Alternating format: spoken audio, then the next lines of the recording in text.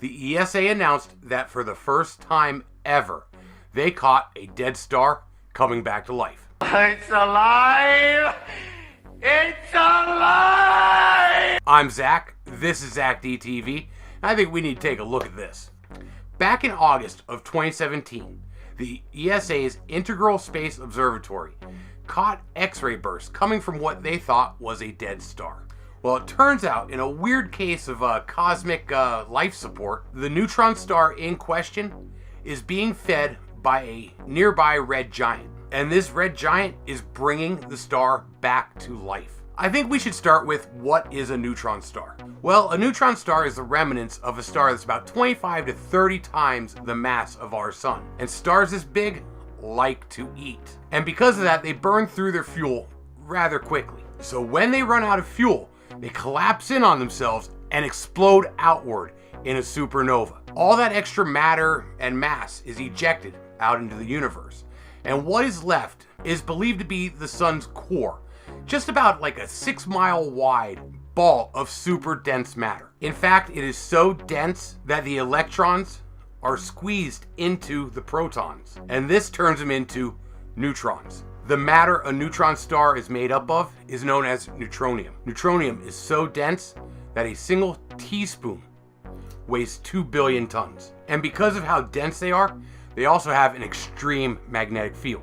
So extreme that pulsars are neutron stars. And the only place for the radio waves or X-rays to escape from it are at the poles where the field is the weakest. Neutron stars can also spin very rapidly. And this happens because as the mass comes into the center, the rotation speeds up. Picture on a swing when you're spinning, you put your arms out and pull them in together.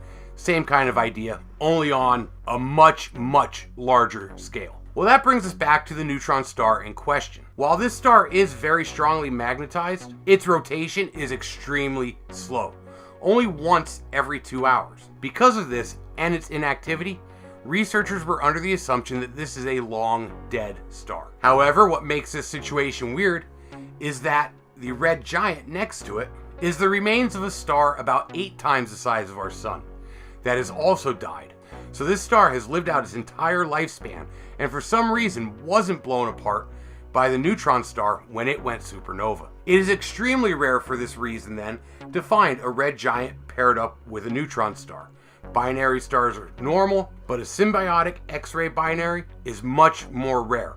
In fact, they only think there's about 10 of them in the observable universe. And according to Enrico Bazo, he's a lead author on this paper, Integral caught a unique moment in the birth of a rare binary system. The red giant released a sufficiently dense, slow wind to feed its neutron star companion, giving rise to high energy emissions from the dead stellar core for the first time. And I think Enrico said it best when he said, "This is puzzling."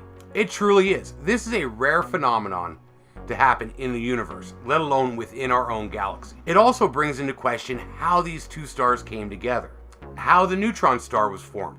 Could it have been formed without a supernova, which would totally upend the way we thought these things happened? Or is it possible this neutron star is much, much, much older than they thought it could have been? As with a lot of things when it comes to science, there's more questions than there are answers. And even though it doesn't really answer anything, I hope you enjoyed this episode anyway.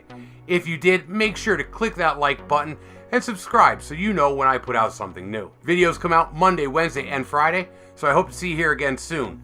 And until next time, just have fun and be safe.